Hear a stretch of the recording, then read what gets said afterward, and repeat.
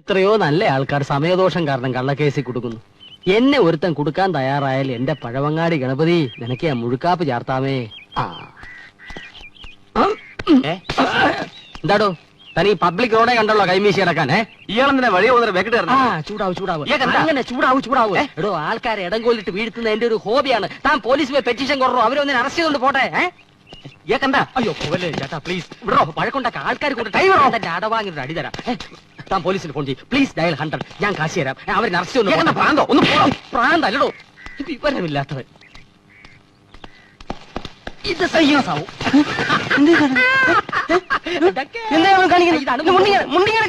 താൻ പോലീസ് സ്റ്റേഷനിൽ പോയി പെറ്റീഷൻ കൂടെ നടു റോഡ് വെച്ച് തന്നെ ഒരുത്ത് അപമാനിച്ചെന്ന് എന്നാ മുണ്ട് തരാം. പോലീസ് പറഞ്ഞാൽ പോയി പെറ്റീഷൻ പോയി പെറ്റീഷൻ കൊടുത്തിട്ട് പോലീസ് എന്നെ അറസ്റ്റ് ചെയ്യട്ടെ. അല്ല തരില്ല തരില്ല.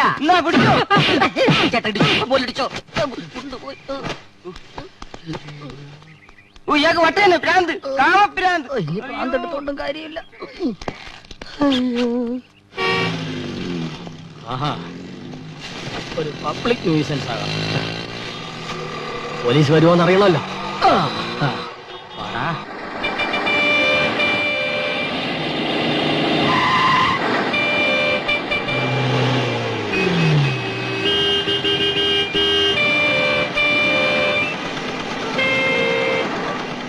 റോഡിലാണോ പാവരിച്ച് കിടക്കുന്നത്? പിന്നെ ഞാൻ വന്ന് എന്റെ വീട്ടിൽ കിടക്കണോ? പോടാ പുല്ലേ.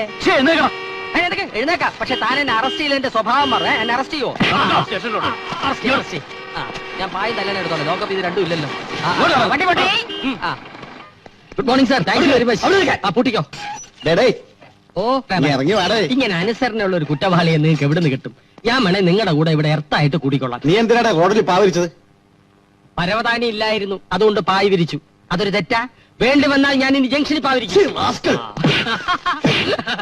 തല്ലിക്കൊള്ളൂ സാർ. സാറിന്റെ കൈത്തെരിപ്പ് തീർത്തോളൂ. സാറിന്റെ ഡ്യൂട്ടി അല്ലേ സാർ?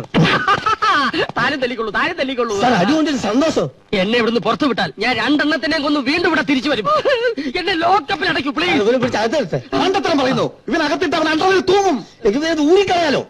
അതേ ഇട്ടിട്ടില്ല, വേണേ നോക്കി.